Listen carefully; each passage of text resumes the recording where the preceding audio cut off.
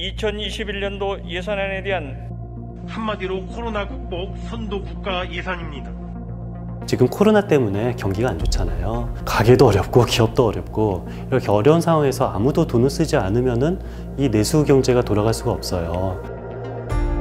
정부라도 억지로라도 돈을 더 써서 내수를 부양해야 된다는 것은 너무도 당연한 얘기입니다. 우리나라뿐만 아니라 OECD 모든 나라들의 공통된 대응은 정부 역할을 강화하자라는 것이 코로나 대응인 것 같습니다. 적극적으로 돈을 쓰고 정부 재정의 역할을 강화하는 것은 필요하다고 봅니다.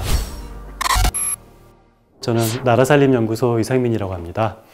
국가 행정의 기본은 당연히 재정, 돈이잖아요. 국가 예산이 어떻게 편성되고 어떻게 집행되고 결산되는 전 과정을 모니터링하고 분석하고 연구하고 있습니다.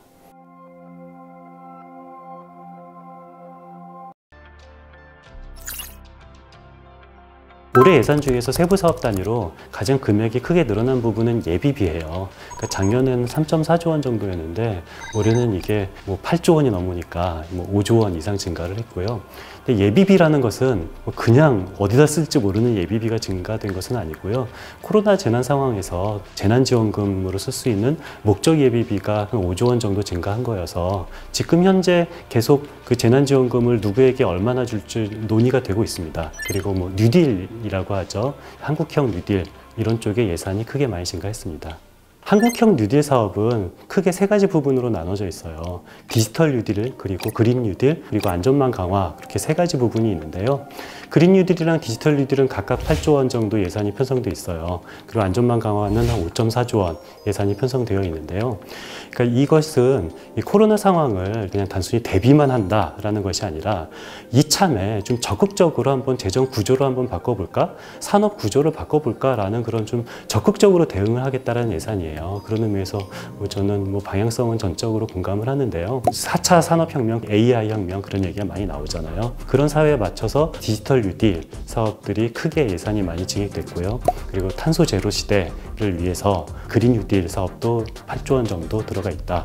그리고 코로나에서 가장 1순위가 되는 것은 1순위가 아니라 0순위죠. 0순위로 해야 되는 부분은 안전망 강화입니다. 지금 코로나 상황에서 안전망 강화 없이 할 수 있는 디지털 뉴딜과 그린 뉴딜 사업은 없어요.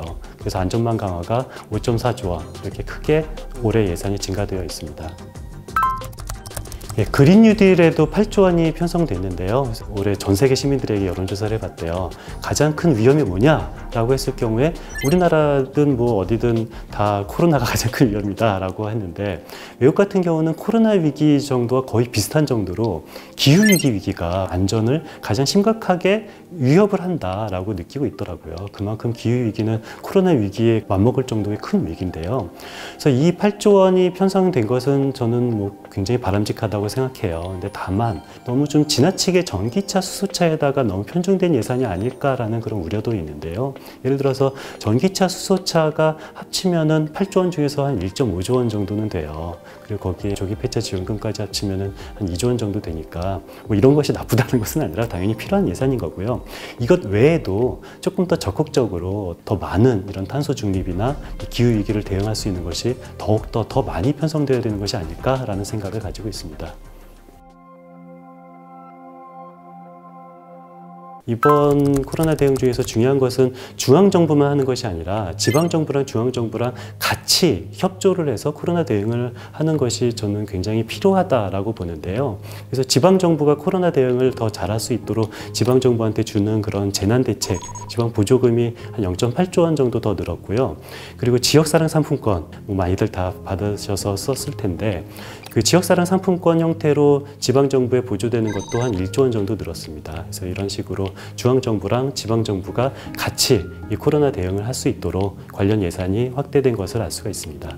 국가가 돈을 쓰면 당연히 체감을 할 수가 있어야 되는데요. 그러니까 예를 들어서 가장 중요한 것은 지금 당장 실직하신 분들이잖아요. 코로나 위기 때문에 직업이 없으신 분들이 가장 힘들 텐데 그러니까 이런 분들을 위해서 실업급여 실업급여가 크게 확대가 됐고요. 그리고 상병수당이라고 하면은 아프면서 일을 할 수가 없으면은 아픈 것도 문제지만 일을 할 수 없으면 이 돈도 벌 수가 없잖아요. 그런 것을 위해서 상병수당을 어떻게 해야 될지 연구가 진행되고 있고요. 그리고 기초연금 같은 것도 많이 증가가 됐습니다. 예전에는 기초노령연금이라고 불렸던 어르신이 받는 30만 원까지 받는 것이 기초연금이잖아요. 그 중간 분들에게 더 기초연금 최대 금액까지 받을 수 있는 분들이 더 늘었어요. 그래서 어르신들에게 기초연금 30만 원까지 받을 수 있는 것도 1.8조 원이 늘었습니다. 또 꼭 중요하게 말을 해야 되는 것이 전국민 고용보험인 거죠. 그래서 우리 전국민 고용보험이라는 그런 기치를 위해서 특고 노동자분들 이런 분들에게 실업급여가 더 큰 폭으로 제공되는 것이 핵심입니다.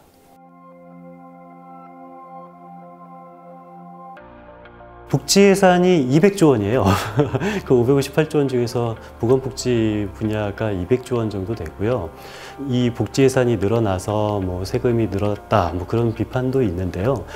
근데 국민들 입장에서는 저는 국가가 예산을 쓰는 것을 공동구매라고 이해를 하시는 것이 좋을 것 같아요. 그래서 공동구매라는 말은 뭐냐면은 예를 들어서 의료보험이 있잖아요. 의료보험은 괜히 불필요한 곳에 내가 돈을 써서 없애는 것이 아니라 내가 국가 의료보험에 돈을 쓰는 것만큼 그만큼 사보험에 내는 부담이 가벼워지는 거잖아요. 그렇기 때문에 각각 국민들이 사적 보험에 가입하는 것보다 국가가 공동구매, 국민연금이라든지 국민의료보험이라든지 그런 체계를 통해서 공동구매를 하고 그 공동구매를 한 것만큼 나의 사적 비용이 조금 더 절약이 될 수가 있는 거구나 라고 국민들은 생각하는 것이 좋고요. 국가도 국민들에게 그런 생각을 잘 심어줄 수 있도록 예산 집행 과정을 굉장히 투명하게 공개를 해야 되죠. 그런데 문제는 지금 현재 21세기 대한민국 예산 결산 자료가 사실 다 공개되어 있기는 해요. 문제는 일반 국민들이 도대체 어디서 이 예산 자료를 보고 결산 자료를 보고 이해를 하기에는 너무 이해하기 어려운 형태로 공개가 되어 있는 거죠. 그래서 지금 조금 더 일반 국민들이 이해하기 편한 형태로 공개를 하는 것이 진정한 공개 아닐까라는 생각이 듭니다.